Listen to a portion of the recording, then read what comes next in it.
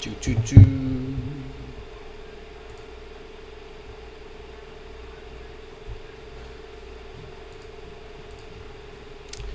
I'm alive. Choo, choo, choo. Let's see. All right. I think we're live. Let me wait till some people come in. Jen, if you could do the honors on the text.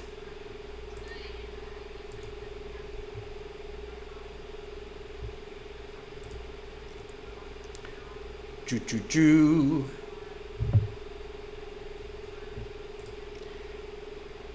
Can everybody hear me? Can everybody see me? Is the audio okay?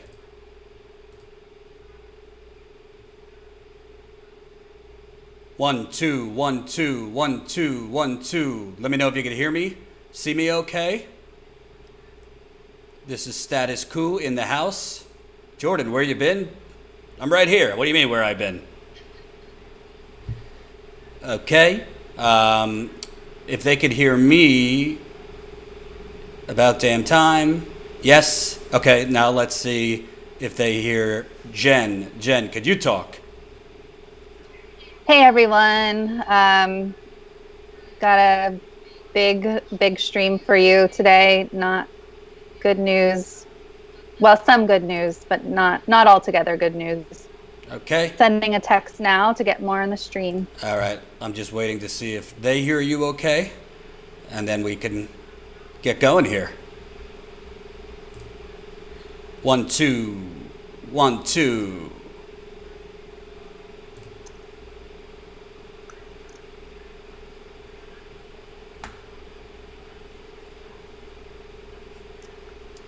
Yes, all right. Everybody hears everybody. Wonderful. Status Quo in the house. Make sure you press that like button. We already got 200 people watching. 64 of you have pressed the like button. Smash the like button. We wanted to come live with the breaking news. We were actually out there last night, not Jen or I. We're in New York, not particularly keen on flying right now as I had COVID, but we used a great independent journalist, Emma Fiali, I think is how you pronounce her last name.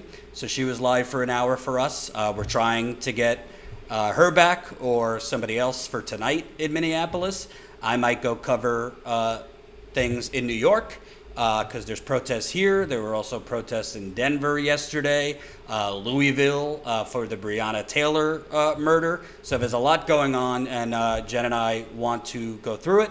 Right out of the gate, we're both white, so we don't want to speak for black people, obviously. I'm trying to get some interviews with some African American activists and leaders. So once we have that, we will definitely bring it to you.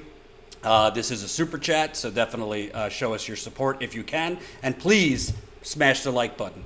So let's get right into the breaking news that police officer Derek Chauvin has been arrested. He was the officer, obviously, with his knee just launched into George Floyd's neck, as George Floyd continually said, "I can't breathe." We don't know the charges yet, so Jen, just keep a monitor on that to see if charges are announced. I think President Trump will be speaking now. We're going to have some words for President Trump here. Joe Biden just made comments. We're going to have some words for Joe Biden, too, to keep it real. There was a CNN reporter arrested, so we're going to talk about that. Van Jones is taking on Hillary wine drinkers as the real racist, so we're going to talk about that. There's a lot to talk about, so buckle up. It's the law here at Status Quo. We should also say, although the first officer has been arrested, the one that had his knee basically strangling George Floyd, there are 3 other officers involved that have not been arrested. Officer Thomas Lane, Tao Thao, I think is how you pronounce the second one, and J. Alexander Kung. These 3 officers basically watched and did nothing. So it remains to be seen if those officers will be arrested. I have a feeling, Jen, that until all of those officers are arrested, you're going to continue to see protests. What do you think? Absolutely. And actually, CNN was just airing. I was just watching a protest, or excuse me, a rally with activists, celebrities. Tamika Mallory was speaking, for example, of Women's March and other activism effort fame. But just as it was announced that Chauvin had been arrested, they said, okay, that's not enough. That's not enough. All four need to be arrested, charged, convicted. We need to see real justice here. Not that there can actually be real justice because George Floyd is dead. He was murdered. And so, no, I don't, this isn't going to stop anything, I don't think. And Jen, you guys are seeing the behind the scenes right now on the camera. Could you throw in the tags to the live stream, George Floyd, the officer's name, all that? Yeah. So we're kind of doing all the back end stuff while we're live, but have to do it. Jen does this stuff when she's not on, so now she's doing it while she's on. So, a lot to get to. First of all, let me show you just some of last night. Emma, the freelancer, she's done stuff for Empire Files, Mint Press. Here's some of what she covered for us last night on the ground there. So you kind of have a feeling what was going on when that 3rd police precinct was basically taken by the protesters, burned, and things like that. Here we go. Earlier today by the precinct, this GM tobacco across the street. One of the most common combos that people do when they're taking Tester X is that they start stacking it with Appears to have smoke and out of pieces of things from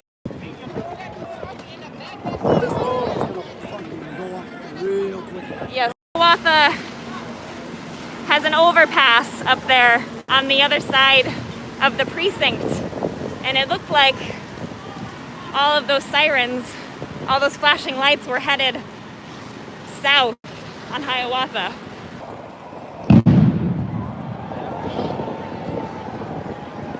Fireworks again. So I've just heard that the 3rd precinct right in front of me has been breached. The police are evacuating. It has been breached.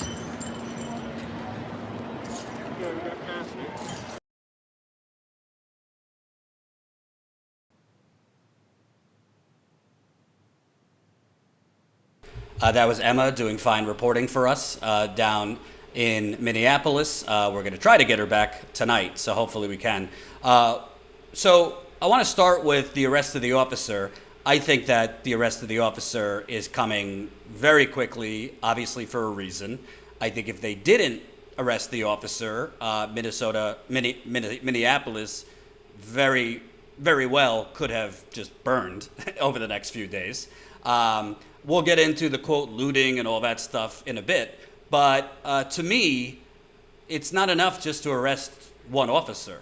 I mean, you need to arrest every officer that was involved with this based on police code. If the other officers see an officer leading an arrest, doing illegal things or committing a crime or not following training, they're supposed to intervene.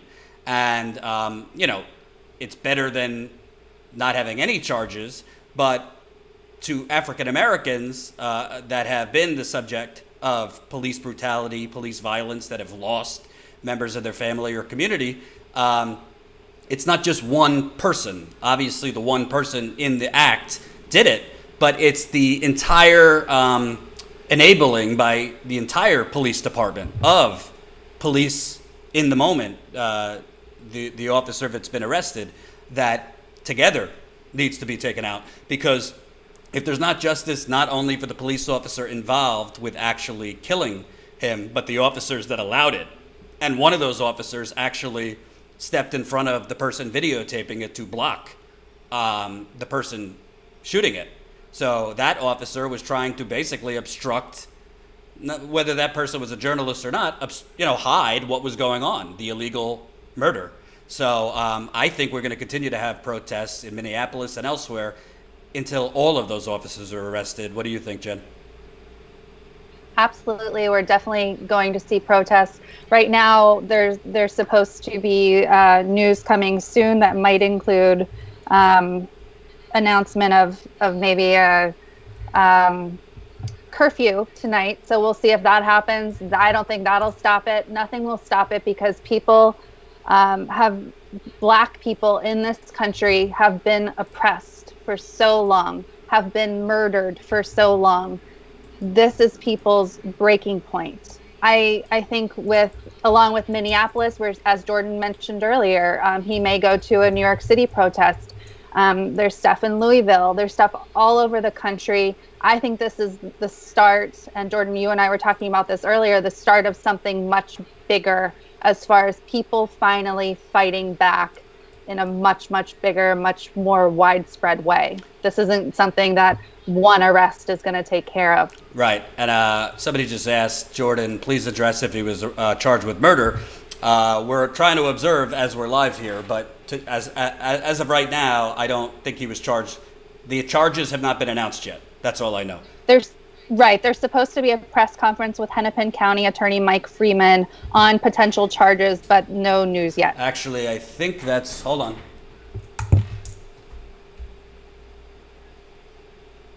Lots of super chats coming in, guys. Thank you so much. You guys keep us reporting. It really means a lot. Keep it So coming. the officer has been charged with third-degree murder, which is manslaughter. I don't know what the grounds for third-degree murder is, but I don't think that's going to cut it. I think third-degree murder, you might actually get even more protests now that he was charged with third-degree murder. Just for reference, Jason Van Dyke, the officer who shot Laquan McDonald in Chicago, 16 shots and a cover-up, he was charged with second-degree murder. So this officer is being charged with even less, third-degree murder, which is manslaughter. Manslaughter, to my knowledge, is without intent. But when you see the video, he's saying, "I can't breathe." There's many people around telling him, "You're going to kill the guy." He can't breathe. So I don't know how you get no intent out of that. I don't know how you say it was unintentional, which is third-degree murder. Jen, if you don't mind just looking that up to make sure I got it right. Third-degree murder, I believe, is manslaughter without intent. So let me just read a few super chats. This is a super chat. Thank you, Mr. Methuselah, $20, just because I love the work you folks do. Thank you. Sam Tefler, 1999. Great work, Status Coup. Thank you, Sam. Ask a classy black woman, wisdom, $2. Intellectual blue-collar black man on a coup mic. We're trying to find some people we could talk to today. I've obviously interviewed a lot of black people. We're two white people. I couldn't find somebody that we know that could go live right away. Mike Thompson, $2. Thank you. Miriam 1031, $4.99. From Minneapolis, the officer was just charged with third-degree murder. Seth Peterson, $10. Wesley Walker Jr., $10. Just a thank you to you and Jen and the team. Why, thank you. By the way, we do have our GoFundMe going, too. We are right now, wow, Seth Peterson just left $65. Thank you, Seth. So we are now $145 away from hitting $104,000 raised. Remember, we, in normal times, go all over the country and would be in Minneapolis right now if these were normal times. I had COVID-19, so I'm being a little more careful about how fast I get on a plane. I'm recovered, thank God, so that's why we're using an independent journalist in Minneapolis instead of me going. But that does cost money. I mean, straight up, we paid Emma $300 last night, and we're happy to do it. That's coming from you guys, so thank you, because we're obviously paying independent journalists to report where we can't. So if you got a couple bucks, Jen will drop the link in there. So let's start. Clarification. So third-degree murder is a name for a category of murder defined in the laws of 3 states, including Minnesota. It was formerly defined in New Mexico and Wisconsin, but it is defined in Minnesota. And it is homicide committed with the intention of causing bodily harm, but not necessarily death. It can be a killing that results from indifference or negligence or recklessness. Interesting. But to me, whether you were intending death or harm, you were against your police training. That's not within police training to lodge your knee in somebody's throat. And based on what has happened over the last decade in America, particularly Eric Garner and other things, if somebody's saying, I can't breathe, I don't know how they determine that he didn't have the intent to kill him. I don't know how they determine that this officer did not have the intent to kill him, or should have known that what he was doing, whether there was intent or not, should have known that this could lead to him dying. So it's outrageous. And frankly, I think it's basically the same thing. It might actually be worse than no charges being announced today. The fact that it was announced third degree, I think you're going to see even more protests in Minneapolis and other places. And I think, there's talk that there might be a curfew. I don't think that's going to do much. We're seeing a really very, very militarized response coming in, with the National Guard coming in. Jen, you sent me something where Predator drones are over the protest area. That's Customs and Border Protection. That is flying Predator drones used to surveil terrorists over Minneapolis. So the entire military-industrial complex apparatus is going to be used in Minneapolis. I want to get to the issue of the looting and the burning down and all that stuff. You know what? I'm not going to verbally say I think you should burn down stuff or loot, but I'm also not going to condemn it, to tell you the truth. Because at the end of the day, what the media has used for a long time, what politicians have used for a long time, is the boogeyman of looting, and they're not doing their cause right. They're not doing what they should be doing. What they're doing is exactly what the person who died wouldn't want them doing. The family has called for peace and this and that. And I understand that. And I'm a white guy, so I can't get into a black person's head of what a black person has gone through in this country. But the bottom line is, I don't really blame them. And frankly, I would say black people in America have been looted for 400 years, both through violence, exploitation, unfair economic conditions. So I'm not really going to cry a river, to tell you the truth. And YouTube might not like this and might censor us, but I'm not really going to cry a river for the 3rd police precinct going down. By the way, we got 620 people watching right now. 346 of you have pressed that like button. We need every single person watching. Please smash that thumbs up button. It's right under the live stream. That's what gets this to more viewers. If you're a new viewer, kindly press the subscribe button. Really helps us. We're almost at 80,000 subscribers. We would love to hit that today. I think we're about 200 subscribers away. So if you're not a subscriber, please press subscribe. So the other thing is, and the corporate media never talks about this, but CNN, while they were airing what a really amazing activist was saying, she said, and by the way, let's not pretend that some of those looting aren't undercover cops. This isn't suggestion. I've seen it. The FBI, the Department of Homeland Security, The Intercept has done great reporting on this. Put in moles, undercover cops, undercover FBI agents at Standing Rock. They've done that in Ferguson. They've done that in St. Louis, where we saw a couple days ago, there was a white guy with a full gas mask on, just smashing the windows. What was that, at a Target, Jen? And there was actually... That was the AutoZone. At the AutoZone. And there was actually a black activist in that video, what looked like saying, "What are you doing? Like, what? Stop doing that." And Minnesota Attorney General Keith Ellison, actually, let me find the tweet, because I retweeted it. And keep pressing that like button, folks. Makes a big difference. Minnesota Attorney General Keith Ellison, of course, the former congressman from Minnesota, got robbed of the DNC chair.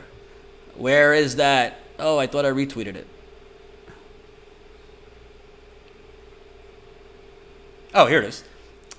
Minnesota Attorney General Keith Ellison tweeted out, "This man doesn't look like any civil rights protester I've ever seen. Looks like a provocateur. Can anyone ID him? Suspicious man breaks windows and starts Minneapolis riots." So that's the Minnesota Attorney General. He's not tweeting out if he doesn't have strong reason to think or any evidence to think that that's an undercover cop. And by the way, I'm not going to show the image because it would be irresponsible for me as a journalist in case it's not this person. But there are images going around of an undercover cop, of a police officer that looks exactly like that person. Looks exactly like that person. So the point is, it's always been used, Jen, for the media to distract from the fundamental injustice and Fox News is just, this is their bread and butter. It's always been used to focus on the looters and the rioters. Well, if your friends were consistently being murdered, if your brother, sister was consistently being murdered, screaming, "I can't breathe." You know, we saw the video, I aired it on the live stream the other day down in Texas, where they pulled over a black guy for running a stop sign.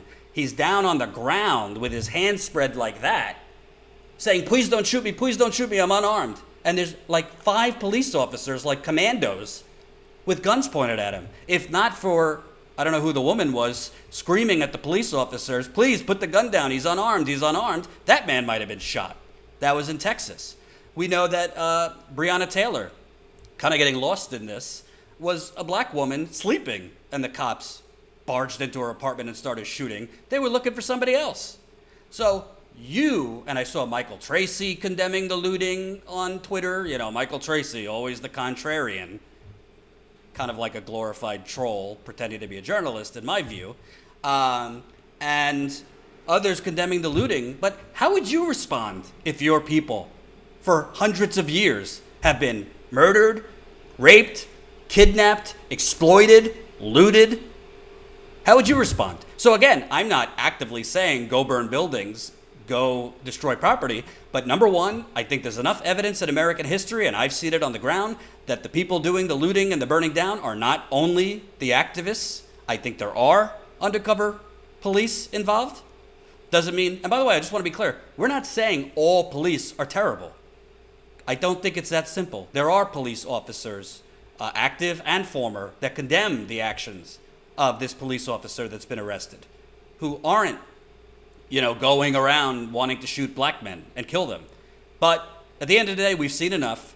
And I don't really blame Jen. I can't blame those protesters for what they're doing out there. I really can't. And I think it's missing the mark when, media outlets cast aspersions on those protesters rather than keeping the focus on this guy's life was taken for no reason. We've seen the video. He was not resisting. And now, to me, it's an insult to charge him with third degree. Let me just read Super Chat. Edwin, $5. Colin Kaepernick was a peaceful protester, and look what happened to him. Minneapolis and U.S. is at a breaking point. Completely agree. Thanks for the Super Chat. Karen Webster, $10. Finally got my COVID check. Stay safe.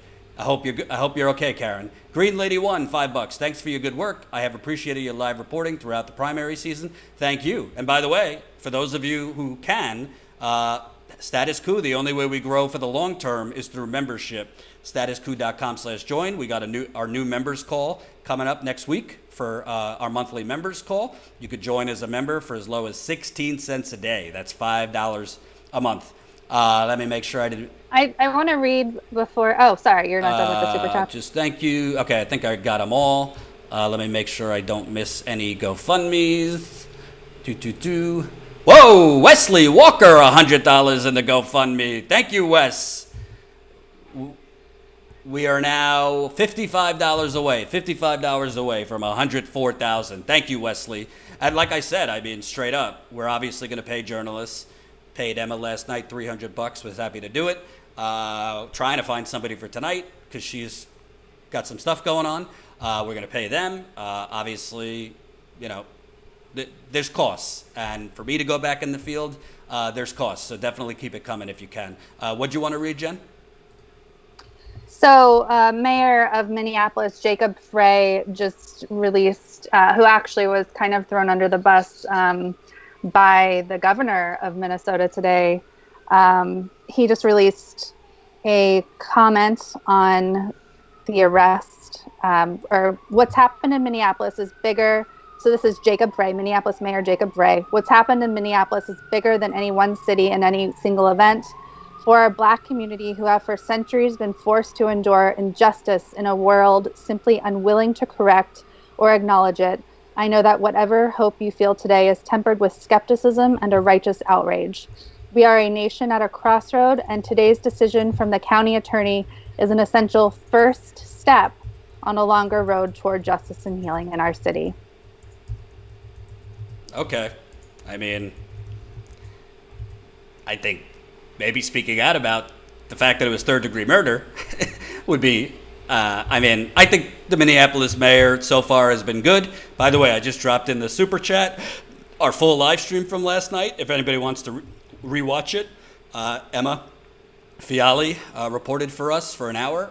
Luna Tiss, $5. Big thanks to Emma for going out last night. So my thoughts are this. Also, sorry, I just have one more press release to read. This from the Minnesota Bureau of Criminal Apprehension. If you see it's BCA. BCA arrests former officer in connection with the death of George Floyd. At 11:44 a.m., agents with the Minnesota Bureau of Criminal Apprehension arrested former Minneapolis police officer Derek Chauvin on probable cause related to the May 25th death of George Floyd. Agents took Mr. Chauvin into custody in Minneapolis. Information about charging decisions will follow. So that this came before the charging decision, which also includes manslaughter as well. Okay, so we got third degree and manslaughter? Yeah, so that the manslaughter is reporting by Unicorn Riots. Keeping up to date over here. Okay, so while I talk, see what the manslaughter in Minnesota. Okay. And what kind of charges, what kind of sentences usually come from manslaughter would be good to know.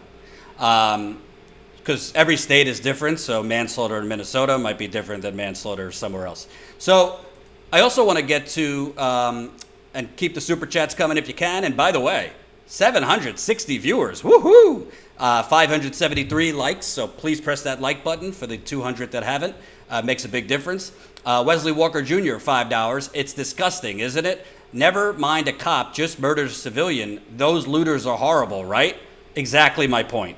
So I want to talk to you a little bit about the responses from Trump and then Biden, because we will, I think our leadership here, our presidential leadership, as well as Congress people and senators, is why this keeps happening over and over and over in America. So President Trump, what can you say about this response? It's absolutely disgusting. Tweets out, "These thugs are dishonoring the memory of George Floyd, and I won't let that happen. Just spoke to the governor, Tim Walz, and told him that the military is with him all the way. Any difficulty, and we will assume control, but when the looting starts, the shooting starts. Thank you." So, for those of you that don't know, that's a reference to segregationist presidential candidate and Alabama Governor George Wallace, who said, when the looting starts, the shooting starts. So right there, the President of the United States is essentially, by my reading, threatening police executions for people who loot stores or start fires. He's basically threatening, arsonists there. That's the President of the United States response. It's vile, disgusting. I don't know what else to say about that. We've normalized this man to the point where this is not even surprising, but he's basically calling for shooting protesters, because how are you going to differentiate between protesters that are good and not doing wrong and people looting? I mean, there might be protesters that are doing nothing wrong and just happen to be near the people that are setting fire to buildings, the people looting, so to speak. So basically, he's giving the National Guard, who is now there, and the Minneapolis police basically full reign. Just, hey, if people are getting out of line, shoot first, ask questions later. And there is no way to differentiate when the temperature gets so hot. I've been out at these protests for police brutality. There's really no way to 100% confirmation know the difference and differentiate between peaceful protesters and those. I mean, obviously, if you see someone banging hitting windows or whatever, but also that shouldn't be a license for death either. You shouldn't be shot and executed for, destroying windows or lighting fire to a building. You should be arrested. They are knowingly breaking the law by doing that. So they are going into it knowing that they might be arrested. But that shouldn't be a reason to be shot and killed. And the fact that the President of the United States is basically, in my view, knowingly inciting a race war to gin up his base. You disagree, Jen? No, I don't disagree at all. I was typing, so I didn't catch everything you said, but I think we're talking about Donald Trump's message here, yeah? So his tweet was just disgusting. As you say, it was not at all surprising. This is Donald Trump we're talking about. He's a disgusting, vile human being. He's also a racist. The fact of what he said, not speaking, obviously speaking as a white person, but having listened to the rally from, again, with Tamika Mallory speaking, who is a great Black voice.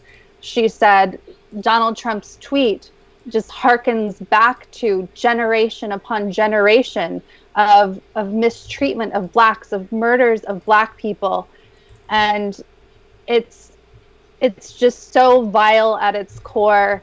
It also stirs up, it does nothing but pour gasoline on an already horrible thing that's going on. It does nothing to tamper down. It does nothing to fix relations. I mean, this is all obvious stuff I'm saying. Any sane person can look at this tweet, at the words of Donald Trump, and just know that it's just disgusting. Right. And again, I think Trump knows where his bread is buttered. Thank you for the super chat, JK, $5. A friend of mine just told me she heard at 31 Flavors that it is possible for the charges to be increased. Any idea if that's true? Yeah, I mean, more charges could come later if new evidence becomes present, but I don't really know what new evidence would come. The video is the video. I think they've had enough time to go through the multiple videos. So the fact that they found manslaughter and third degree, I'm not expecting more charges. Ambush. So let's talk. Ambush of Blacks, California, $2. It's all Politico. He won't liberate Minneapolis. Obviously not. Thank you for the GoFundMe. Peter Rudd, $20. Grant, $5. We are now just $30 away from $104,000 raised. Report is going to help us fund getting another freelancer out there. Hopefully Emma can do it. If not, we're searching all over the place for someone else. If you know any Minnesota freelancers, let us know. But your funding of the GoFundMe, that's what it's going towards. So we can be out there in the field, hiring a freelancer, getting people's voices out there, broadcasted in an unfiltered way. And by the way, your GoFundMe support has helped me get this new computer, which is why Jen is now on flawlessly. We could never figure out a way to get people on live. It was because my old computer just didn't have enough RAM, processing all that. So you guys helped us get this brand new computer, which is why Jen and others will be able to Skype on with me live. Absolutely. We want to get as many voices on our platform as possible. So your support definitely helps with that. I just wanted to clarify that I had looked up what manslaughter means in Minnesota. And so it will actually depend on the degree of manslaughter, which I have not seen reported yet. In the state of Minnesota, manslaughter can be defined as a crime of extreme passion or negligence. So obviously this one would be negligence.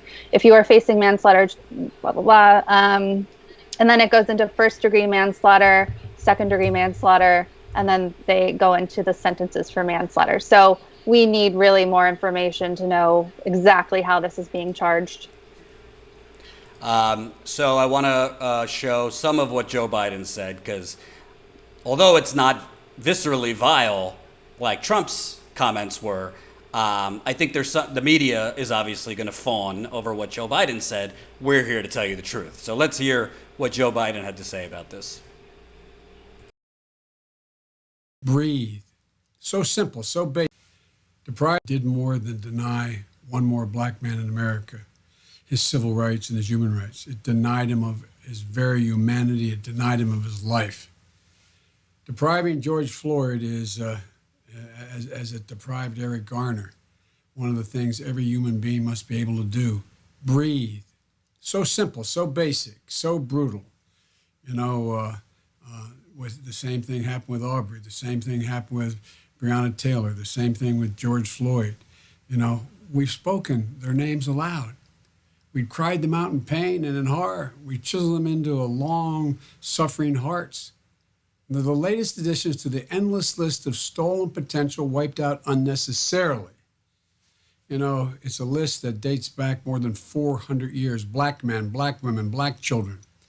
The original sin of this country still stains our nation today, and sometimes we manage to overlook it. We just push forward with 1,000 other tasks in our daily life, but it's always there. In weeks like this, we see it plainly that we're a country with an open wound, and none of us can turn away. None of us can be silent. None of us can any longer can we hear the words, "I can't breathe," and do nothing. You know, we can't fail victims like, you know, what Martin Luther King called the appalling silence of good people. So first of all, I want to be very clear on something. I'm not equating Joe Biden's response with Donald Trump's response. Donald Trump just basically, through a tweet, is trying to incite a race war. So we shouldn't have the false equivalency that right now what Joe Biden is saying is just as bad as Donald Trump. It's not. But there is a hypocrisy, and there's a hypocrisy and a quiet dishonesty about people like Joe Biden, what they're saying in the context of the George Floyd murder and many other murders. And to get into that, I first want to show you something that Van Jones said this morning, which really caused a shitstorm, but is so true.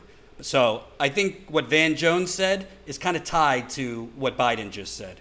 And by the way, remember, keep on pressing that like button. We have 850 people watching. 740 of you have pressed the like button. The more people that press like, the more people that will see this live stream. And sorry to celebrate in such terrible times, but we did just pass $104,000. Woo!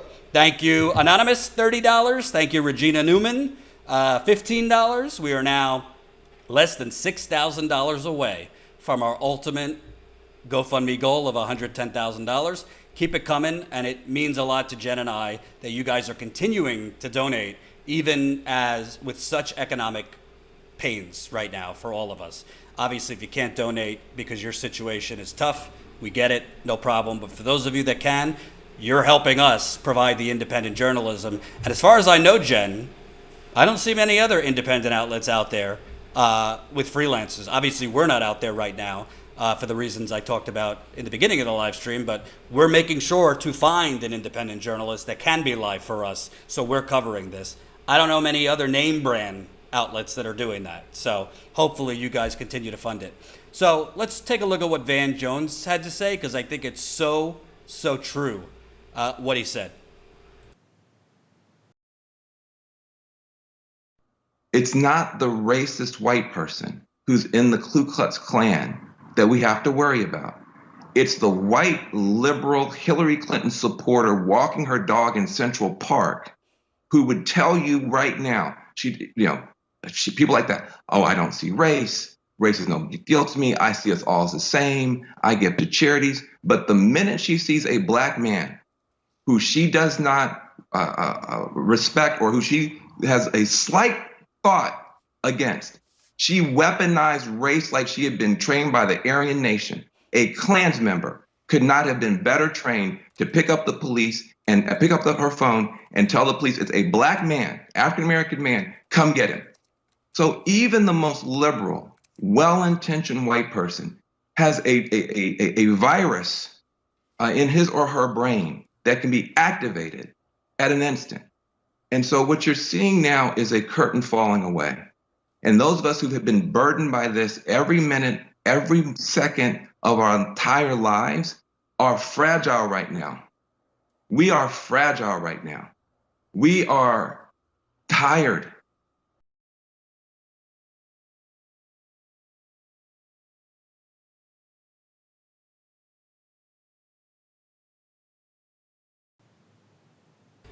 I mean, why I think that's so important, and again, just the obvious caveat that Jen and I said at the beginning of this, we're two white people, so we don't want to speak for black people. We will be interviewing African Americans as this story unfolds. But what I think is so powerful about that, of course, again, I'm not equating Donald Trump, again, if you're coming to this late, Donald Trump literally calling for a race war in a tweet. I'm not equating that with Joe Biden, saying things that verbally sound good. But the problem is, whether it's the overt racists like Donald Trump who are trying to incite a race war, or the Joe Bidens of the world that, when it's politically convenient and kind of politically necessary to talk the talk of civil rights and we need to do justice for George Floyd's of the world. Well, the reality is, since Jen, is it fair to say Joe Biden has taken credit for everything that Barack Obama has ever done? So maybe he should take he should take some fails. Maybe he should take the blame if Barack Obama has done bad things. Because it was Barack Obama's Department of Justice that didn't do a damn thing when it comes to the Eric Garner investigation. They did not find the police officer criminally liable and didn't even make a ruling. They let it go on to the Trump administration, and the Trump Department of Justice ultimately ruled that Staten Island police officer Daniel Pantaleo, who choked out Eric Garner, the whole world saw that video. That's where I Can't Breathe originated from. That was Barack Obama's DOJ that let that injustice go without anything. So if Joe Biden, now wants to talk about, he referenced Eric Garner, well, how about you take the blame for that? Not to mention, again, Donald Trump was not in the Senate pushing the crime bill. That was Joe Biden. And by the way, now Joe Biden is talking the talk of civil rights and we need to, Black Lives Matter. What do you think was the accelerant for police militarization in this country? Obviously, it didn't start with the crime bill. The police have been, an occupying force for a very long time. Doesn't mean all police are terrible. But there's a pattern here, folks, when it comes to police. But Joe Biden's crime bill, it wasn't just that it incentivized states to build more prisons. It incentivized police departments to grow. It incentivized more purchase of military equipment. So this police militarization that you have seen, not just in Minneapolis, but in Ferguson, in St. Louis, in Baltimore, in Milwaukee, in Flint, in Detroit, I mean, keep going. Is it all Joe Biden's fault? No, but he played a major role. And I've shown you on this channel, speeches from Joe Biden in the 1990s talking about the predators. We need to get them off the streets. I don't want them near my mother.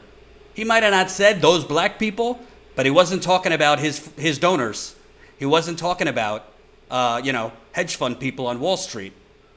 So Joe Biden, and this is why the American political system, why the majority of people don't vote, because right now you have a choice between an overt racist trying to incite a race war and your kind of country club Republican racist who will talk the language of civil rights and will talk the language of Black Lives Matter when it's politically convenient for them.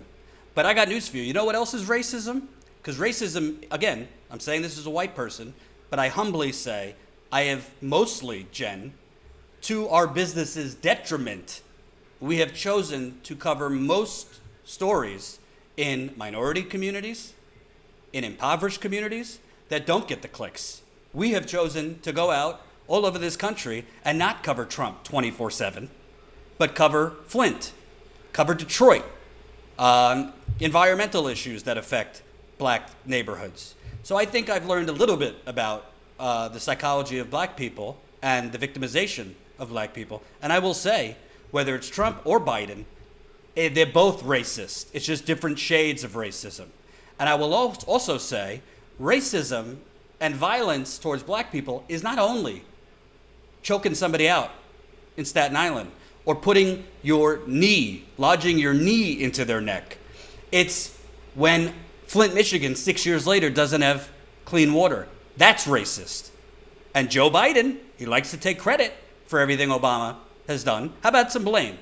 That happened under Obama. He went to Flint, drank that water, and said everything's fine. Joe Biden hasn't said a word about Flint. And this is much bigger than just Joe Biden.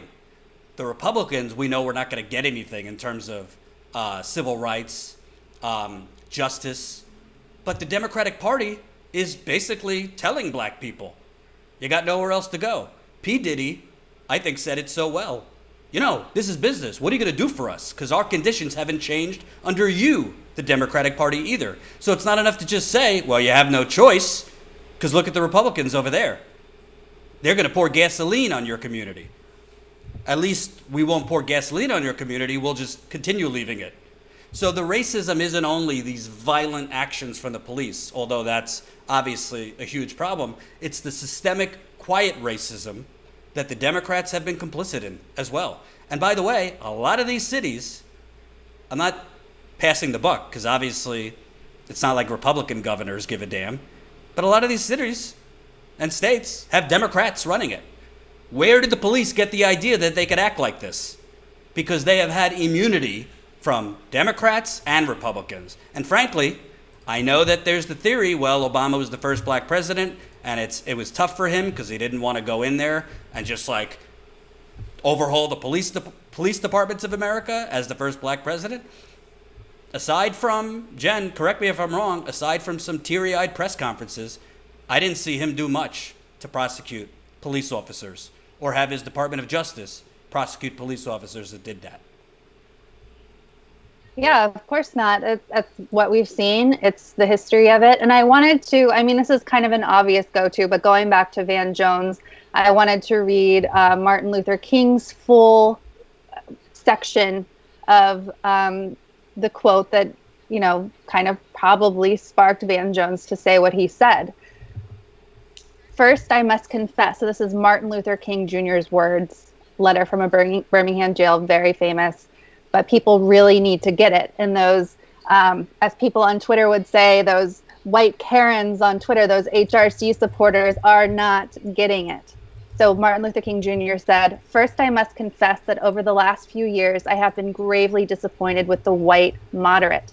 I have almost reached the regrettable conclusion that the Negro's great stumbling block in the stride toward freedom is not the white citizen's counselor or the Ku Klux Klanner, but the white moderate who is more devoted to order than to justice, who prefers a negative peace, which is the absence of tension, to a positive peace, which is the presence of justice, who constantly says, I agree with you in the goal you seek, but I can't agree with your methods of direct action. So I really think that speaks to everything that we're talking about here and that Van Jones was talking about. Yes, I agree. Thank you for that. Steady Drummer, $4.99. Appreciate it. Zaid, $2. Reports say the cop and George got together once. Yeah, there are reports that they worked at a security firm. We got to look into that for many years. Light of the Moon, $10. Appreciate it, Light of the Moon. JK, $5. I was literally wondering what Biden's role was in police militarization. Thank you, Jordan and Jen, for this astute commentary. Much appreciated. Thank you, JK. And that's why I really think it's important, Jen, for independent media to thrive. And this isn't like a call like give us money, become a member, but you should become a member, statuscoup.com/join, 16 cents a day. But they never offer that nuance. I'm sure they're right now drooling over Joe Biden's commentary and Joe Biden's speech during all this, not mentioning that he pushed the crime bill. Frankly, Bernie Didn't even go after Biden on the crime bill. I'm working on a bigger story about Bernie's campaign and why it failed that I think is a lot more thorough than the rest of them that's been out there. But the bottom line is, Bernie could have went after Joe Biden on the crime bill. Bernie, yes, he voted for the crime bill, but at least he apologizes for it. At least he says he regrets it. To this day, the Democratic frontrunner, Joe Biden, will not say the crime bill was a mistake, will not say he regrets it. The only thing he says he regrets is the discrepancy between powdered cocaine and crack cocaine, which obviously fell on black people and black communities. And he uses some, nonsense, well, the experts were telling us. But he doesn't apologize. He doesn't even say the crime bill created mass incarceration. So the bottom line is, why do you think the majority of Americans don't vote? Because your choice right now is an overt, in-your-face racist who's calling for a race war, or, as Jen's quote just said, kind of the moderate Democrat who turns a blind eye, and through neoliberalism and the systemic racial policies that come with it, black communities are left economically exploited and ravaged, socially exploited and ravaged. One just talks the talk of civil rights while the other doesn't.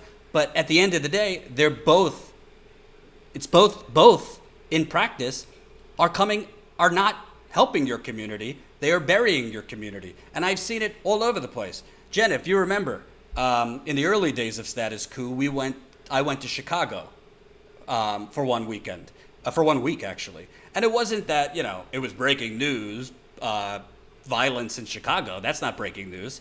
But a barber had been shot and killed by police. There had been more police killings in Chicago, so I decided to go. And because we were new and YouTube was throttling us, not a lot of people saw it. But I was just struck by the fact, as I interviewed protesters, as I went to I remember I went to a bar and did a round table with activists there. They had more criticism of the Democrats than they did the Republicans, because the Democrats are the ones that are supposed to, by their language, be their advocates. And who was the mayor of Chicago when Laquan McDonald, a 17-year-old, was executed 16 times? Rahm Emanuel. And what did he do? He covered it up so that the tape wouldn't get out until he was reelected. And who has it been reported that Biden is currently getting ongoing advice from? Rahm Emanuel. Rahm Emanuel is advising Biden. So it's just empty rhetoric. On one end, you have empty rhetoric from Biden, where he's going when he becomes president, you really think serious police reform is coming? You really think Joe Biden's going to carry a big stick against police? Obviously Trump isn't, because the police are running wild under Trump.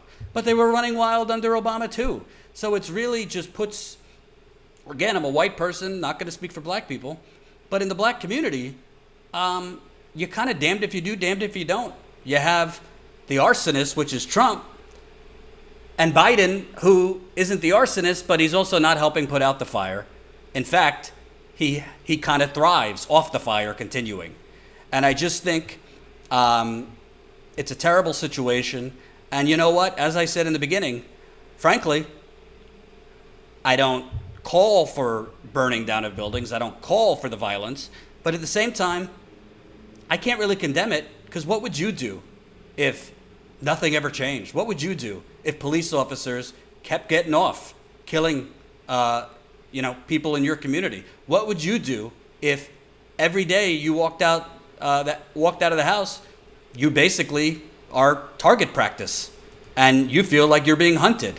What would you do? Your thoughts, Jen? I just have an update here. We actually now have the full 7-page complaint.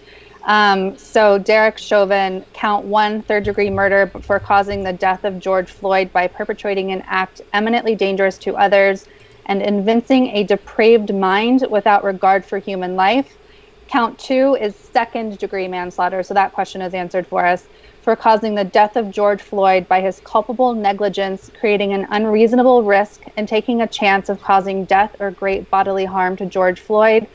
Also from the complaint, Kuhn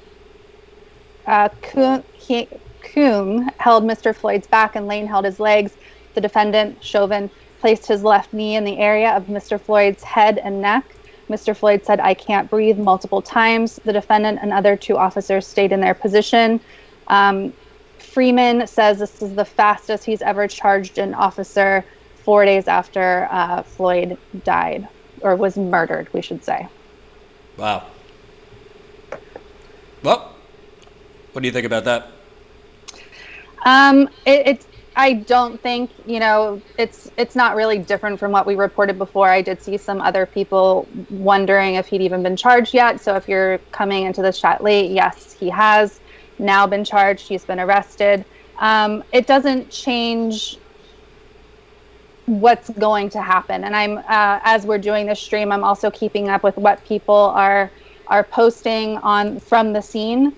And so they say there's a mixture of joy and still anger, because it's still not enough, and it's not going to be enough. So from the people who are on the ground, and even with the continuous rumors of a potential curfew coming, it's excuse me, it's not enough. I still expect there to be mass protests, and rightly so. I still expect there to be that anger, that looting, more fires. It's probably going to spread more. I think it might even, taking down the 3rd precinct seemed to a lot of people from reporting on the ground that was a turning point. But I think that turning point wasn't one where it's going to die down. I think that's one where it's going to spread farther. It's going to continue spreading across the country, across the Minneapolis-St. Paul area. And these charges simply are not enough. And I also want to say, before I play a clip, just because there might be some new subscribers here, if you're new, or new viewers, if you're new, please press that subscribe button. We're almost at 80,000 subscribers. Subscribe. Actually, and Kelly makes a good point, that they were charged, and that's so true, Kelly. She says charged because everyone raised holy hell in the streets would have been crickets. I think that's 100% true. This happened this quickly because of the actions of the protesters, because of what happened, because they know that this is not going to stop until changes are made. Already, the Minneapolis County schools have already severed their relationship with the Minneapolis Police Department. So this is having some effects, and I think it will have much wider effects, and again, will become much wider spread. And I want to play a clip, which I think kind of, this man could say it a lot better than I can, from that Chicago trip I took. I think it was last year. Again, this was in response to a barber being killed by police in Chicago, and just the systemic violence in Chicago, where police have been just murdering mostly unarmed black men for a very, very long time. Because I think what Eric Russell, the activist I'm about to show you, I think what he said to me then really is symbolic of what's going on now. Is that right now there is a hunt. There is indeed a hunt, and black boys are the prey. They primarily have targets on our back. The Chicago police, they patrol black and brown communities like some damn Gestapo, being judge, jury, and executioner. And so a lot of times when you find these young men, they're literally running for their lives. And there is absolutely no sort of respectful engagement, because here in Chicago and nationwide, especially here in Chicago, just over the last several years, there have been 30 or so unjustified shootings of young black men. And so here in Chicago, we have moved well beyond institutional racism and systemic corruption. Quite frankly, Jordan, the Chicago police has no respect for the humanity of black people. And it seems to me, it's yes, it leads to the killings, but it's this aggression too. So I played that because I think that's the best way of putting it. They are being hunted. And by the way, this officer, Derek Chauvin, He had his knee in George Floyd's neck as he was saying, "I can't breathe," and several others around were screaming for him to stop.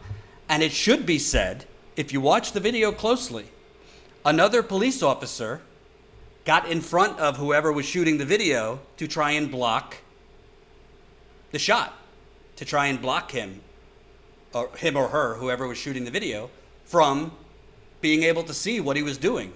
So that's where the hunting comes in. Hunting is not always like, explicit, like, let me go kill him, but it's the subconscious enjoyment of that power dynamic of somebody that you, whether it's conscious or subconscious, feel more powerful than, or feel. And Jordan, on that specific point, in the criminal complaint, it actually spells out that Chauvin held his knee against George Floyd's neck for almost 9 minutes, almost 3 minutes of which were after he was unresponsive. Right. So that is hunting.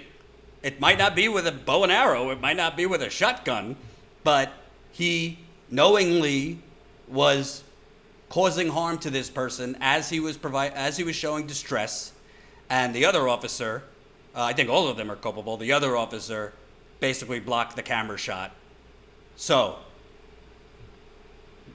they wouldn't be able to show the end of it. Delta, Jordan, don't forget all the missing black girls and unsolved murders of 53 black women in Chicago. That's a great point. Raymond Gordon, $10 in the super chat. Wish I could do more. Your work is absolutely necessary. Telling stories MSM ignore on purpose. Thank you, Raymond. And I got to tell you guys, Jen feels it and I feel it. Sometimes the work we're doing, which includes going in the field, that clip is just one of the many places we have gone. Sometimes it feels, just look at everywhere we've been in 2 years. This is because of you and your support. So if you're not a member, this is what you're supporting. We have been all over this country in the field. Statuscoup.com/join for as low as 16 cents a day, $5 a month. But honestly, part of why we do it is not only to cover these things, but also when you're not in the field, when you're just kind of like talking from your studio, not that there's not a place for that, not that there's not a place for people like Jimmy and Kyle and other people that do commentary, but you kind of live in a bubble. If you don't go out and you don't speak with people, if you don't go out and like our slogan is give the microphone back to the people, then you don't really get the true complexities of what's going on. You don't truly understand the pain because you never sat at the table with these people. When I say these people, I mean black people, Native American people we've covered. We're hoping once it's safe, I want to go to Navajo Nation, which is literally had the worst per capita death rate in America from the coronavirus and is barely getting any media attention because it's indigenous and they're Native American. But another example that I want to show you, this happens to be in Chicago, but it will really just kind of give you a feeling of it's not just Republicans letting down African Americans, it's Democrats too. Let's look. Before we move on, Jordan, can I read a statement just came out from George Floyd's family? Sure. So this is from Ben Crump, the lawyer of George Floyd's family. So this is their statement on the arrest of Derek Chauvin. The arrest of former Minneapolis police officer Derek Chauvin for the brutal killing of George Floyd is a welcome but overdue step on the road to justice. We expected a first-degree murder charge. We want a first-degree murder charge, and we want to see the other officers arrested. We call on authorities to revise the charges to reflect the true culpability of this officer. The pain that the Black community feels over this murder and what it reflects about the treatment of Black people in America is raw and is spilling out onto streets across America. While this is a right and necessary step, we need the city of Minneapolis and cities across the country to fix the policies and training deficiencies that permitted this unlawful killing and so many others to occur. For 4 officers to inflict this kind of unnecessary lethal force or watch it happen, despite outcry from witnesses who were recording the violence, demonstrates a breakdown in training and policy by the city. We fully expect to see the other officers who did nothing to protect the life of George Floyd to be arrested and charged soon. Today, George Floyd's family is having to explain to his children why their father was executed by police on video. It's essential that the city closely examines and changes its policing policies and training procedures to correct for the lack of proper field supervision, the use of appropriate, non-lethal restraint techniques, the ability to recognize medical signs associated with the restriction of airflow, and the legal duty to seek emergency medical care and stop a civil rights violation. So, again, the family calling for the arresting of the other officers and for a first-degree murder charge for Chauvin. I totally agree with them. And I just want to give a shout out. Thank you, Vicky Blair, $40 in the GoFundMe. Montrell, $10. So we're now $104,090. Keep it coming. Less than $6,000 to go from our ultimate goal. I want to shout outs for some super chats. Satanic Lives Matter. Injustice for so long now equals the Black Revolt. $1.99. Thank you, Michael Williams. $10. Same thing in Georgia. Those guys were not arrested until people raised hell. 2 months later, same thing with Chauvin. The message is clear: no one gets arrested in these cases unless people raise hell. I completely agree. And I think people need to raise hell not just about the police brutality, but the economic brutality that white America has inflicted on black America all along in this country's history. Arlene Chambers, $10. Protest planned here in Milwaukee. Cop murder a Latino brother.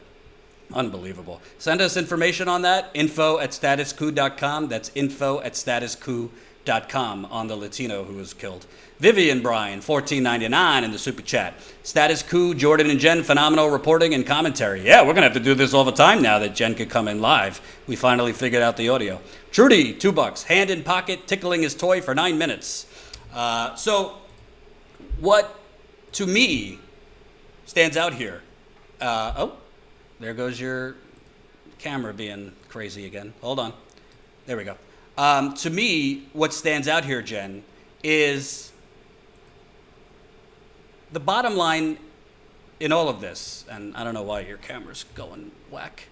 The bottom line in all this is politicians are only acting this quick because of the riots, because of people, and part of it is they want to squash these.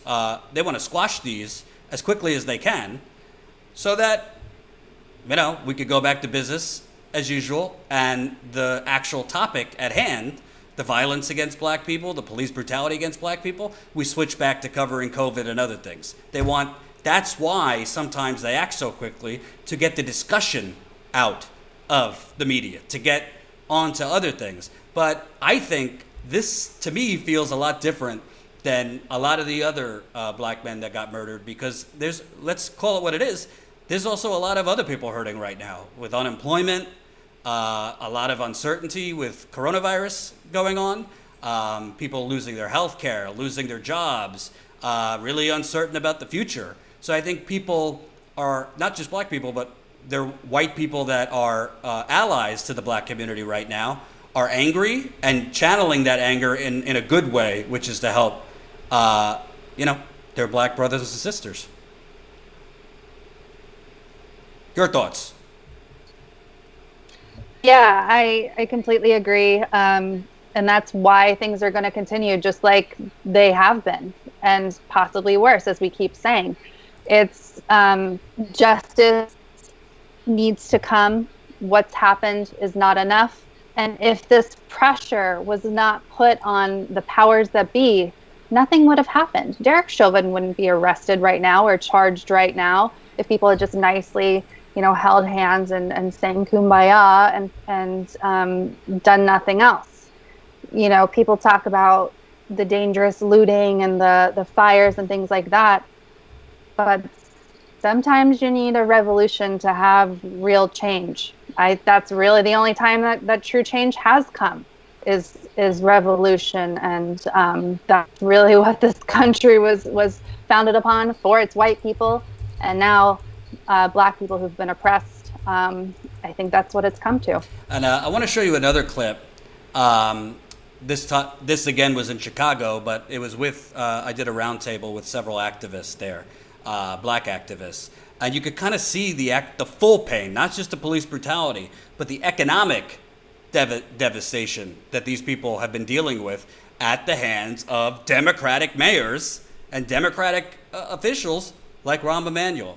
This was, I think, last year, if memory serves me correct, in Chicago, thanks to you guys funding us. So keep funding us. Statuscoup.com/join. Become a member for as low as $5 a month.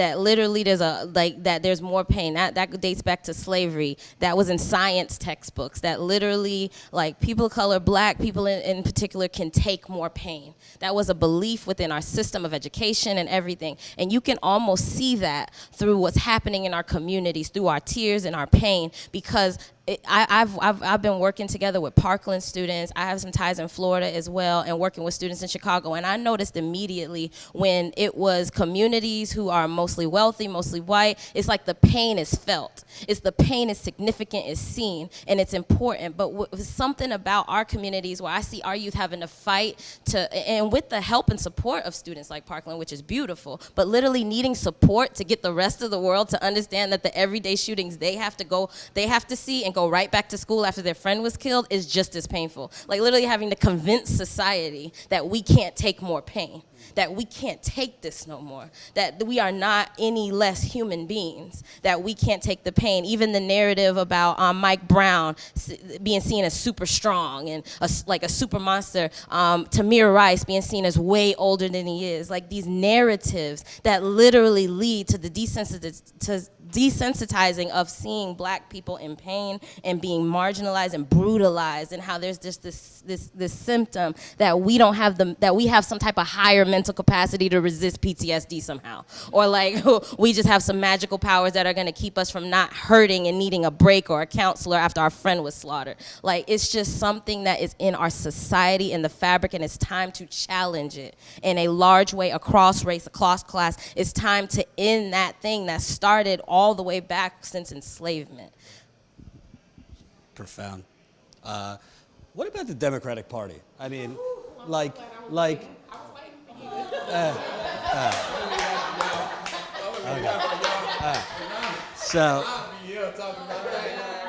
because, well, I'm saying, like, nationally, it seems like the gravest threat is Russian Twitter bots and things like that. Russian Twitter bots, Trump paying off Playboy models and all this stuff. That's all we hear. National media, National Democratic Party, Nancy Pelosi, Rahm Emanuel, love each other. And you would think the Democratic Party, Bobby Kennedy, back in the day, he seemed to be advocating for really breaking a lot of what we're seeing now. I don't know if it was legitimate or not, but he was killed. But the Democratic Party has gone to the point where they catered for black votes during the primaries, and now, I mean, people are getting shot like it's a video game here, and the National Party, as well as I'm sure locally here, isn't doing much. Yeah. So, Will, did you want to respond? Because I know you got to go. No, you good? So what I'll go ahead and say, this is interesting that you actually brought this point up. This past primary, I participated as in the field operations department for J.B. Pritzker, who is one of the gubernatorial. He's a Democratic nominee in the state of Illinois. This gubernatorial election is going down as one of the most expensive gubernatorial elections in American history. He's a billionaire. Our current governor is a billionaire. Long story short, he picked a young black woman to run as his lieutenant governor. So of course, as I was doing research for the campaign, I'm like, yeah, this is good. Let me go in. As I went in, I realized that the things that we are combating externally in the Democratic Party, we can't say, so for example, we can't say we want to do away with sexism, but we're okay with a little bit of racist talk inside of the Democratic Party. There were wiretaps that were released, and basically he was speaking in a very racially insensitive way. I left the campaign in a very public way and went to work for a progressive candidate, Samina Mustafa, in the 5th Congressional District. What I learned in that moment is that we are in a time where we didn't get to a Trump America by overt racism. We got there by subtle nuances of racism. And the way that we combat that in the Democratic Party is to say that we are no longer going to accept this from candidates. We don't care if we're in the middle of a primary. We're not going to accept this from candidates, and we're not going to work for and support candidates just because it's the popular thing to do or because they have the most money or what have you, which was none of my motivation for being on the Pritzker campaign. But I started to realize as I was talking to constituents in the area that I was working in, which is the West Side, which is the area I'm from, he does not speak to the values of the people, the working class people in my neighborhood. It doesn't matter where you go in the United States of America, the values of working class people are the same all over this country. And so how is it that a billionaire can understand what a mother of 2 kids who's working 2 jobs is dealing with on the south side or the west side of the city of Chicago or in Cahokia, Illinois? And so I think like there's a lot of work that we have to do internally, and it's gonna be required for us to blow the whistle essentially on a lot of these candidates. And yeah, I want to touch on too with this, with the Democratic Party, Lord.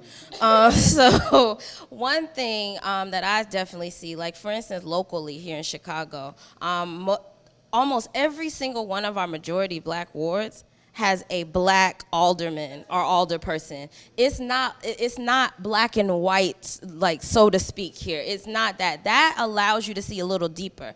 And like being on the Poor People's Campaign and really looking deeply into Dr. King. See, Dr. King came to Chicago because he wanted to help with the housing discrimination. He wanted to bring some of that energy from the civil rights movement down south. But when he got here, he got shook because he had to meet a machine that he had never seen before. He was met by black people in power. And before he could even absorb the fact that he was meeting black people in power, they were already betraying him and saying, we don't need you here. They had already been sent with an agenda and a message. And Dr. King was not prepared to deal with that type of dynamic because the whole narrative was, if we could just get black people in these seats, if we could just get people who look like us in these seats, we'll be straight. Well, guess what? In Chicago, in our majority black wards that are divested, food deserts, schools closing, we have black leadership. And so it's time for us to dig deeper. That's why I appreciate what our revolution is saying and those types of things, because it's time for us to go beyond just that old narrative of like, if we just have somebody that looks like me, because capitalism has no color, neoliberalism has no color. There's all types of versions of it out here now, everywhere you look. And so basically when we come and we say that we want better, we have to start demanding and raising the bar on that and saying, you can't just come up in here and tell I used to grow up on this block story. And that's enough. Because what policies do you support? Are you rubber stamping stuff that's closing down stuff in our communities? Are you off thinking that it's not the fact that resources are being redistributed, but it's about the fact the Cop Academy is going to cost too much? You know what I'm saying? Like, where's your head at? And I think that's going to be super important. Recently, No Cop Academy youth went to a Block Alderman's Caucus meeting. And they went to that meeting to say and demand an outcry, as Anthony touched on, the PTSD, the trauma. We need resources. We want schools. We need jobs, like demands that should be made of your elected officials. And they were told, shut up, straight up. And then were told by their elected officials that they were messing with some gangsters. That they some gangsters. Well, you know what? Y'all are some gangsters. Okay, because y'all here embezzling, taking, stealing, not taking. Oh, y'all some gangsters, all right, okay? And it's time for us to deal with that. And I think it's time to break free. I think Chicago, along with some other cities who are in similar situations, St. Louis, Detroit, this is a time for us to be real. That is not just about any kind of blue, no matter who type mess. Because we are living under the destruction of that narrative. So I think it's time for us to really deal with that.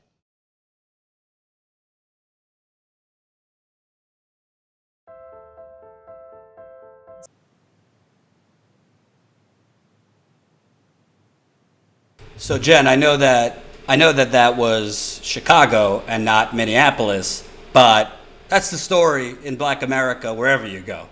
That is basically Republicans, yes, we know, terrible, evil, racist, but Democrats, through policy, through corruption, they might speak well and might speak the language of civil rights and justice, but they're just as corrupt and maybe less articulate with their racism, but in execution, it's pretty racist. So yes, right now we got to focus on this police brutality and black men like George Floyd's life lost Breonna Taylor, life lost. Ahmaud Arbery, life lost. Trayvon Martin, Michael Brown, Jordan Davis, Eric Garner, the list goes on and on. But it's the everyday racism going on that's slowly killing black people just as much as the terrible videos we've been seeing over the last few weeks. Yeah, and it's, as you say, it's not, the Democrats aren't the great heroes here. They aren't swooping in to stop oppression. They're letting things go, the status quo. There's, I don't know how much blame people want to put at the hands of the Minnesota governor, but he's a Democrat. The Minneapolis mayor is a Democrat, and they might be good guys. I don't know anything about their policies or how they've, how much blame people will put at their feet. But things it's not being a Democrat is not a magic wand that is making oppression of black people go away.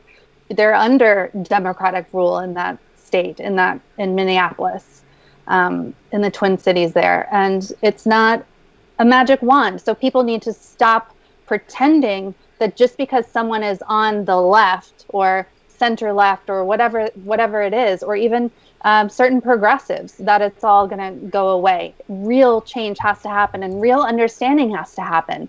There are so many well-meaning white people who just don't get it. I don't get it. I don't know if you can see on my bookshelves behind me. I have books like stamped from the beginning that I'm trying to, the definitive history of racist ideas in America. I'm trying to understand it. But reading it from a book is not the same as a lived experience.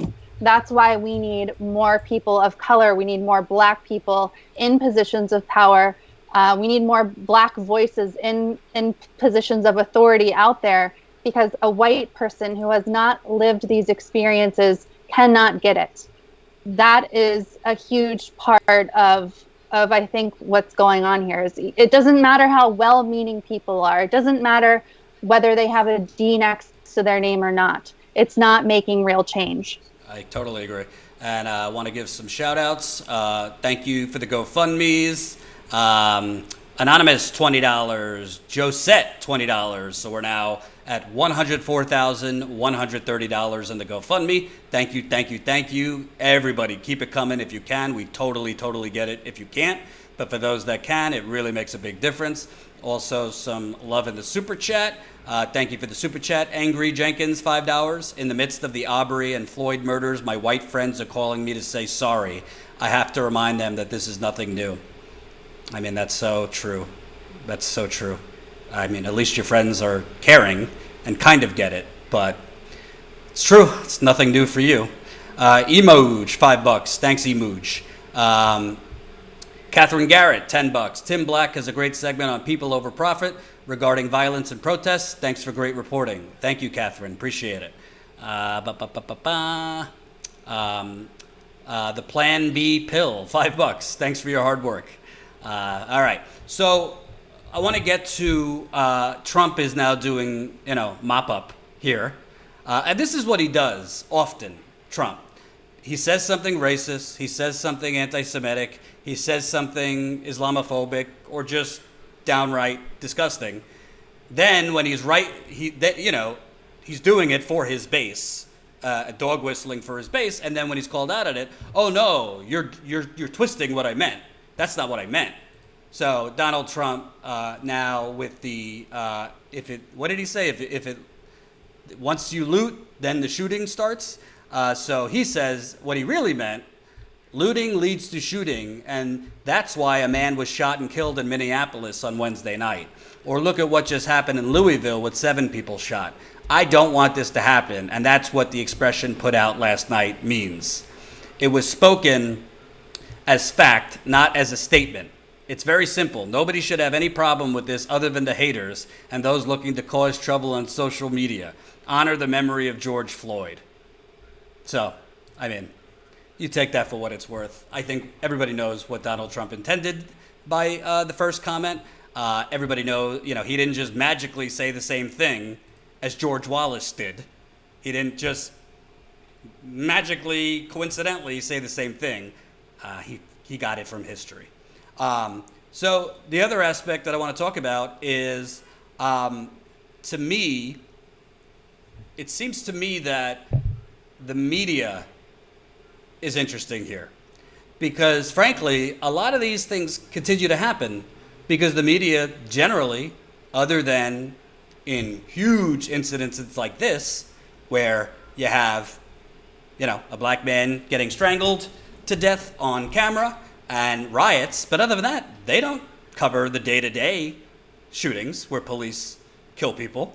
They don't cover it because it's not sexy to them.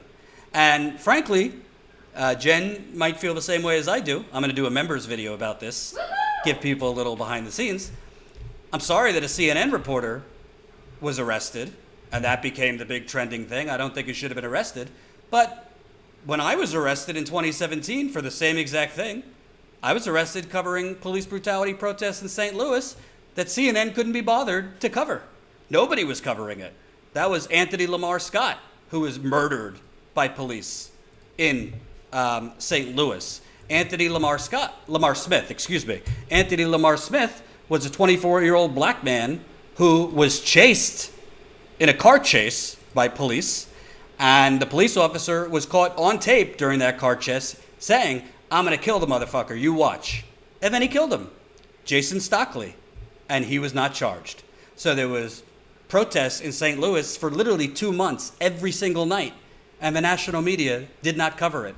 A story here and there, but I was there for, I think, a week and a half. I covered all the protests on the ground. There was no national media covering it. It's local St. Louis media and us. At the time, I was with the Young Turks. So when I was arrested, this isn't a jealousy thing that I'm mad that I wasn't trending, but a CNN reporter was. But I'm going to talk about this more in a members video. You already did. I filmed it. Yeah, it didn't record. But I recall certain anchors and journalists, when I went to them, "Hey, you going to say anything about this?" "Oh, no, you're not a mainstream journalist, so, too bad."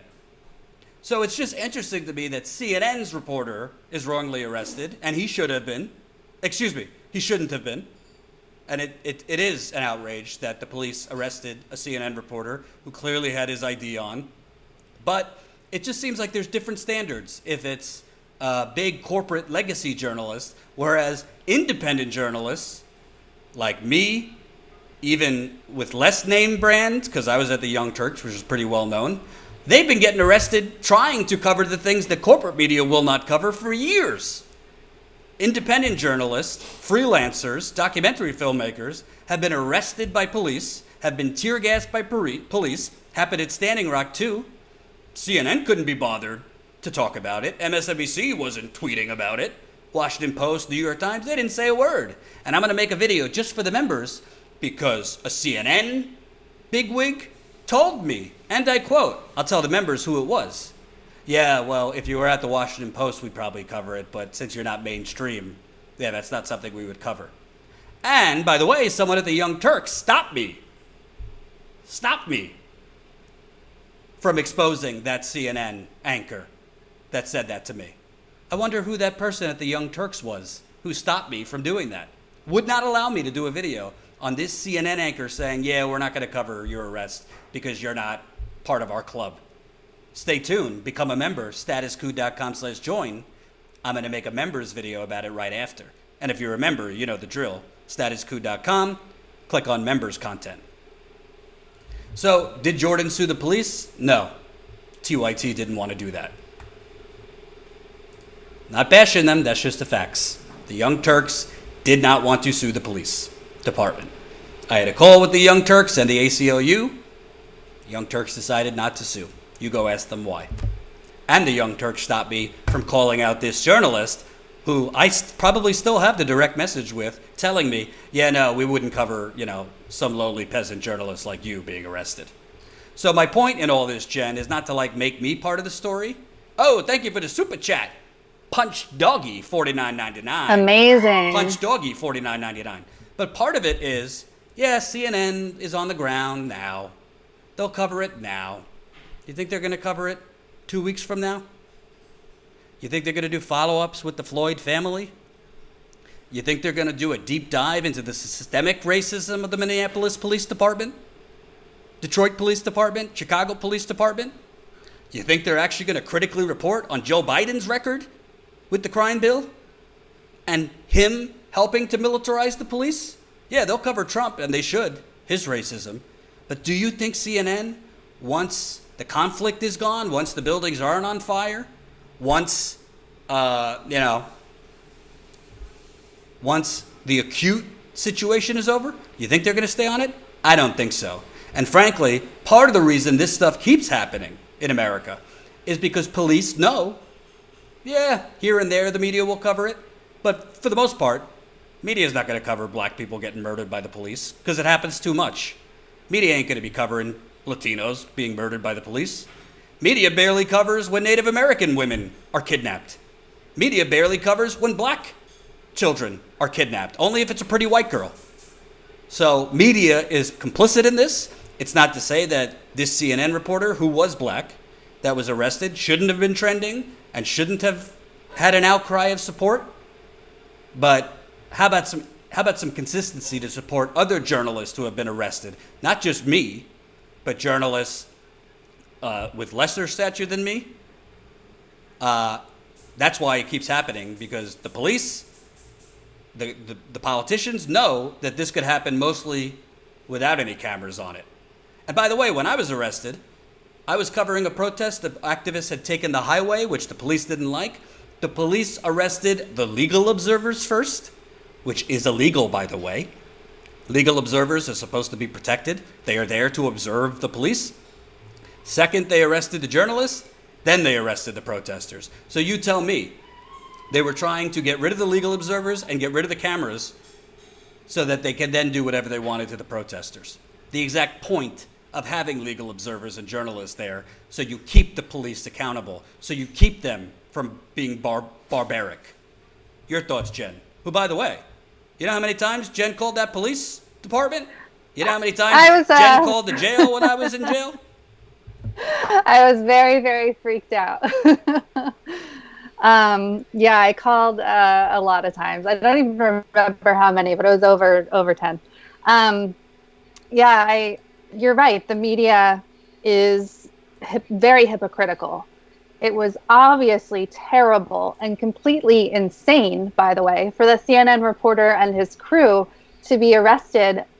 And, clearly he was a CNN reporter. You could see his badge. You could see his microphone. He was literally on the air reporting.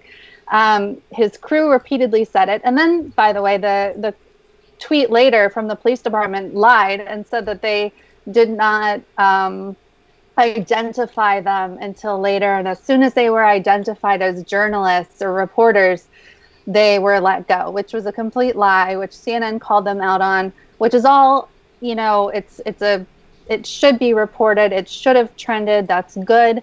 The fact that when Jordan and Ty, his cameraman at the time, were arrested, I was sending it around like crazy to get it picked up because it was an important story. Jordan was covering protests of the death of yet another black person, the murder. And first of all, other cameras should have been there. Other people should have been there reporting on that too, which is a wider issue. Like Jordan says, the mainstream media does not cover this stuff until it blows up to something like it is in Minneapolis. So it's just hypocritical. It is not at all surprising that the CNN person who will be revealed to members said that, because they do. They sit on this. They put themselves on a pedestal, and anyone below them or they perceive to be below them just doesn't matter. They didn't think about it like, oh, what happens if a CNN reporter gets tossed in jail? Jordan didn't have the governor getting him out. Jordan didn't have that luxury. Jordan's glasses were taken away in jail. He has pictures of it. Maybe we'll reshare those pictures to members as well of he and Ty in the jail. I think also, Jordan, there was someone who, I don't think this person was a reporter, but was diabetic or something and couldn't get their medication. And Jordan threatened, I believe, but I don't remember the exact details, but you kind of said, I'm a journalist. I will get this out if you don't get this person their medication. There was a black guy next to me in the cell in diabetic shock. He was looking like he was about to faint. Couldn't construct a sentence because he was in diabetic shock. And there was 2 police officers at the cell, 2 guards at the cell that wouldn't open it. So I kind of kicked screamed. Might have inflated my stature as a journalist and said, this will be on the front pages of every newspaper if you don't open that door. So they did. But yeah, you're absolutely right. Sorry, I interrupted you. Go ahead. No, yeah, I was just, that was kind of a side note of police, additional forms of police brutality. But CNN didn't care. Mainstream journalists didn't care that Jordan and Ty had been tossed in jail.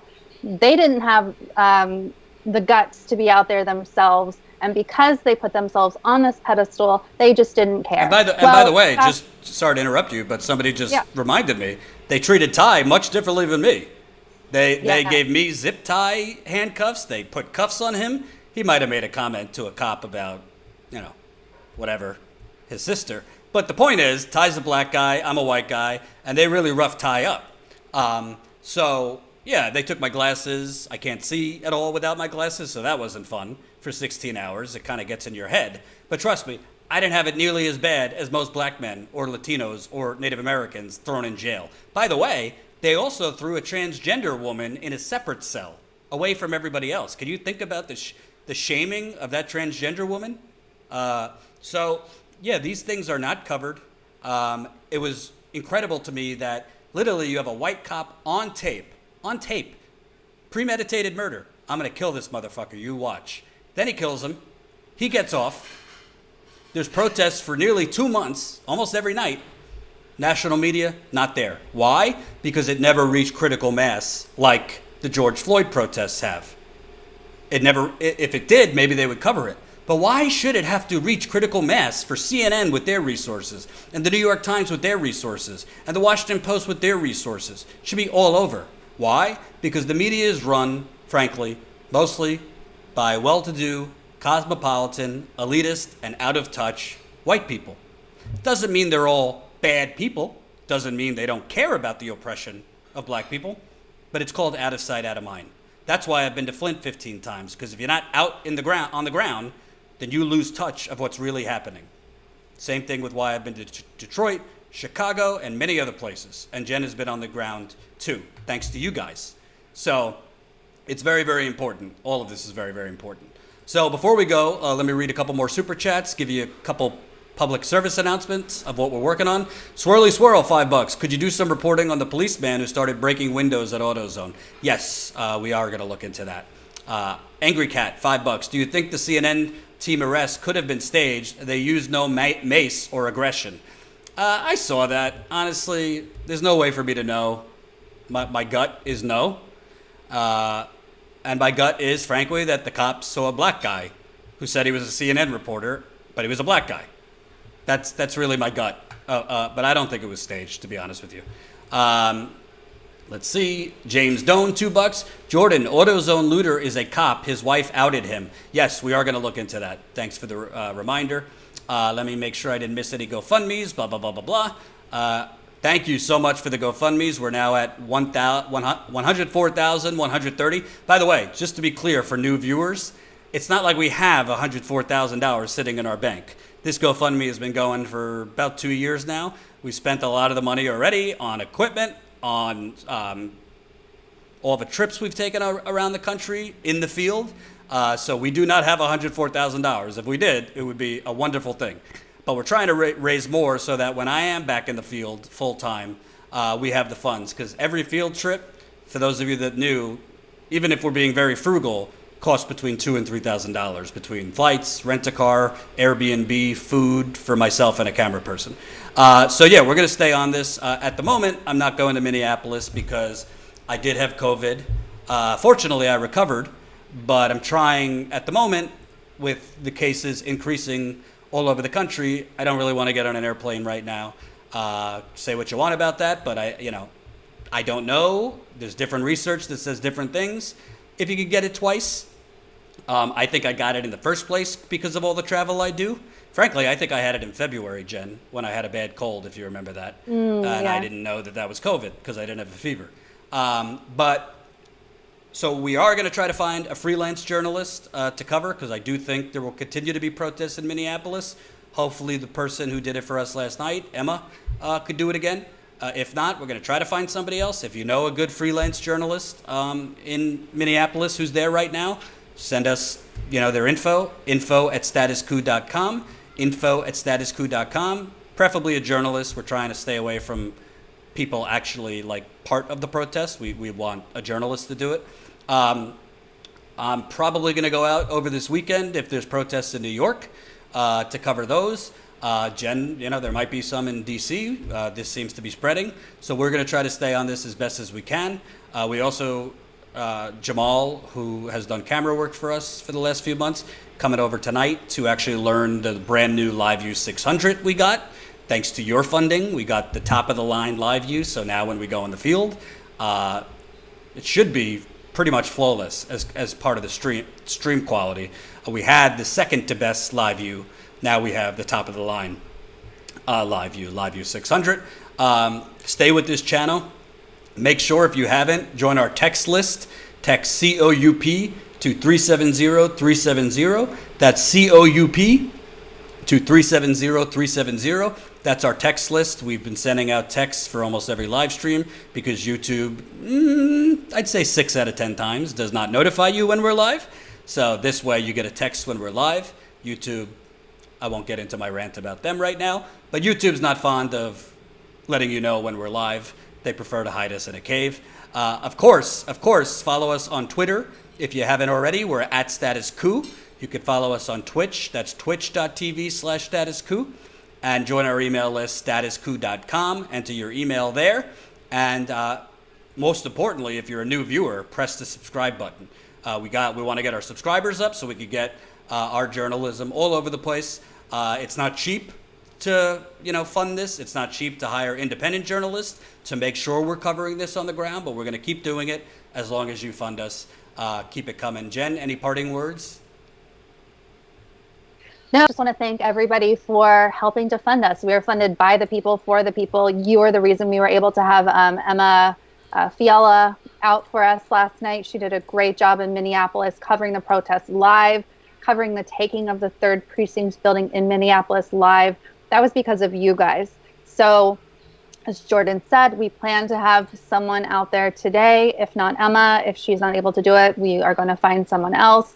I think Jordan's going to go out in New York City. So I really urge you, if you are able to, I know times are tough, but please, $5, $10, if you can, $100, whatever you're comfortable with, gofundme.com/status-coup-news.